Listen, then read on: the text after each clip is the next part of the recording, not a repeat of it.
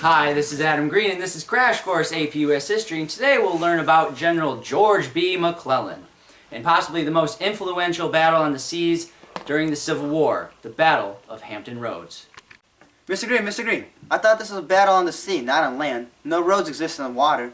Idiot teacher. Hush, silly child.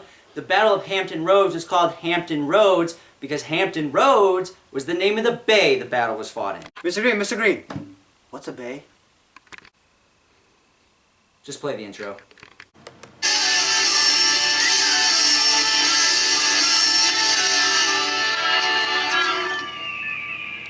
Let's just say that the first year of the war, not so exciting. On to 1862! So the American Civil War was in the start of the second year of battle, beginning just after the snow melted in late February, and Lincoln was anxious for victory. Lincoln had appointed Major General George B. McClellan in charge of the Army of the Potomac and all Union forces in the American theater of war. This decision, however, proved disastrous, as McClellan did nothing but parade around with his 130,000-man army, drill them every night, and write letters to his wife back home, complaining how he needed hundreds of thousands of more men to take on the small 40,000-man force of the Confederates. But at the start of the new year, Lincoln was pushing McClellan into action, formulating the Peninsular Campaign. The dashing and oh-so-wonderful, God-acclaimed youngest leader of all American forces, nicknamed the Young Napoleon, set out to move his troops around the eastern side of Richmond and strike from the sea. The main landing point for all American forces was at Fort Monroe, 80 miles east of Richmond. The main attack was supplemented by a small fleet of Union ships to secure the landing, but the Confederates set up their own defensive ships, and the battle was on. Let's go to the thought bubble. 5 American ships sailed into Hampton Roads Bay to engage the defending force of 5 Confederate ships.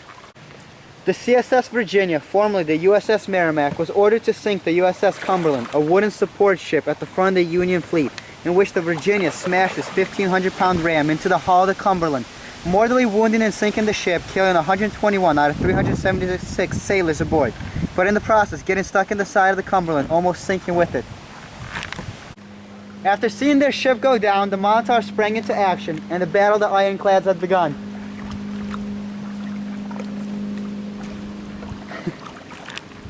The ironclad ships were originally meant for attacking batteries on land, using this revolving turret to fire off shots in all directions, without the need to turn the ship into positions like conventional wooden warships.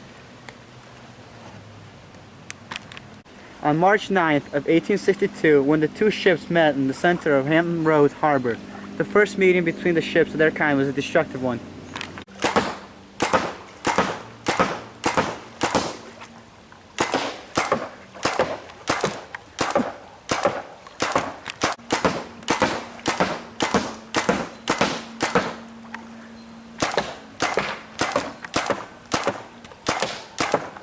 The two ships fired off hundreds of rounds against each other within the 4-hour battle, not inflicting too much damage upon the cruiser hull of the opposing ship. However, one shot from the CSS Virginia struck the pilot house of the Monitor, temporarily blinding the Union Lieutenant John L. Warden, who in turn ordered a hasty retreat, fearing he had seen the light and was dying. In fact, there was just black powder in his face. Either way, the first battle of the ironclads was over, ending in the draw.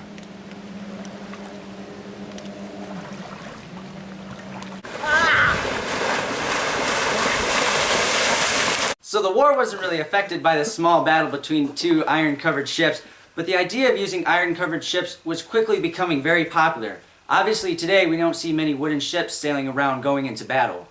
Mr. Green, in World War II, China had wooden warships that sailed around the Japanese Navy just fine. They were 5 pieces of wooden killing machines. You know me from the past. Wait, you're not me from the past, you're some foreign boy. Okay, anyways, foreign me from the never, we're talking about the Civil War, not World War II, and those Chinese wooden ships were merchant ships, not warships, and the Japanese sunk quite a few hundred of those. They weren't very tough. They were referred to as junks for a reason. Thanks, though. Oh, it's time for the mystery document? Oh, wait, Dan, can I have a replacement? Not possible. Well, after saying all that, I'm pretty thirsty. You know, I'll be back. Okay, replacement, you're in. 3, 2, 1, go. Hi, this is Wyatt Sims, and this is Crash Course APUS History. Today we'll be learning about the Battle of Hampton Roads. Oh, it's time for the mystery document. The rules here are simple. Our producer Dan has given me a document, and it is my job to guess the author of the document, and if I guess incorrect, I get shot. Here we go. After you left, I ascertained that less than 20,000 unorganized men without a single field battery were all you designed to be left for the defense of Washington and Manassas Junction. And part of this even was to go to General Hooker's old position. General Banks' corps, once designed for Manassas Junction, was diverted and tied up on the line of Winchester and Strasburg, and could not leave it without again exposing the upper Potomac and the Baltimore and Ohio Railroad. This presented a great temptation to the enemy to turn back from the Rappahannock and sack Washington. My explicit order that Washington should, by the judgment of all the commanders of army corps, be left entirely secure and been neglected. It was precisely this that drove me to detain McDowell. Let's see. President, Commander-in-Chief, Civil War, Abraham Lincoln. Thanks for an easy one, Dan. It was obvious by the spring of 1862 that nothing good was being done with the Army of the Potomac, and Lincoln was getting very frustrated. Abraham had specifically ordered McClellan to leave troops behind to defend Washington, kind of like the capital, the most important strategic point of the whole war. Most of course, McClellan didn't do so, so Lincoln then borrowed a part of his army to defend Washington himself. In fact, it was like a whole division of men under Irwin McDowell to defend it. Kind of a lot of men, around 10,000 to be exact. Obviously, this made McClellan very mad, so Lincoln demoted General McClellan to the head of commander of only the Army of the Potomac, and decided to be general-in-chief for a while. Lincoln, in turn, still let McClellan lead the main army of the Union, and that didn't go so well. The resulting Peninsular Campaign resulted in numerous humiliating defeats, some of which occurred in Yorktown, in which the rebels slipped the siege and retreated east. The Battle of Seven Pines, in which Union forces were soundly defeated, and the emergence of Robert E. Lee, the new commanding general of the Army of Northern Virginia, who quickly reorganized the army and repulsed McClellan at the 7 days battle to end the campaign. To recap, the Battle of Hampton Roads wasn't the most significant battle in the Civil War by any means, but the battle set the stage for many generations to come, developing new technologies of warships by adding iron, steel, and other protective materials. Hampton Roads also allowed the Union Army into eastern Virginia, which was kind of important. It also allowed for the discovery of Robert E. Lee, which was very important. See you next year. Thanks for watching. Where's Adam? It's right here, Wyatt. APUSH is over. Let's celebrate. Hi guys, coming to you inside of our studio. I'm Adam Green. I'm Wyatt Sims. Dan Wood, a.k.a. Foreign Boy. We just want to say thank you so much for watching. We really hoped you enjoyed. And guys, APUSH is over. Let's celebrate. Good call, good call.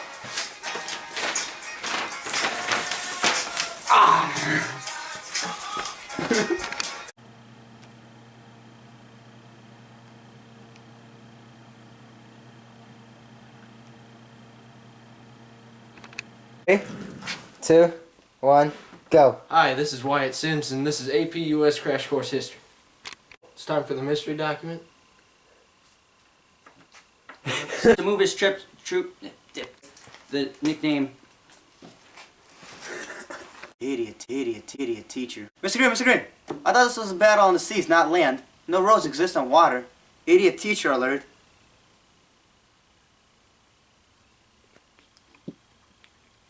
Okay, ready? For 3. No, that's fine. But at the start of the new year, Lincoln was pushing McClellan into action. Formula. The rules here are simple. God. Is it really that hard? Stop it. But at the start of the new year, Lincoln was having. Well, I can't focus. But at the start of the new year, Lincoln was pushing McClellan into action. Formula. The Battle of Hampton Roads allowed for the Virginian Army. The Battle of Hampton Roads also allowed the Virginian Army. Potomac.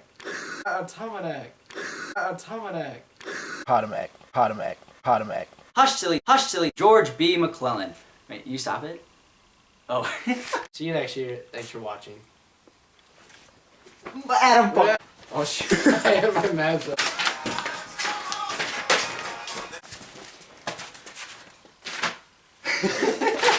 You gotta make them rain. The Battle of Hampton Roads. Hold on, my arm was up. I'm fighting you. Okay. Ready? Mm-hmm.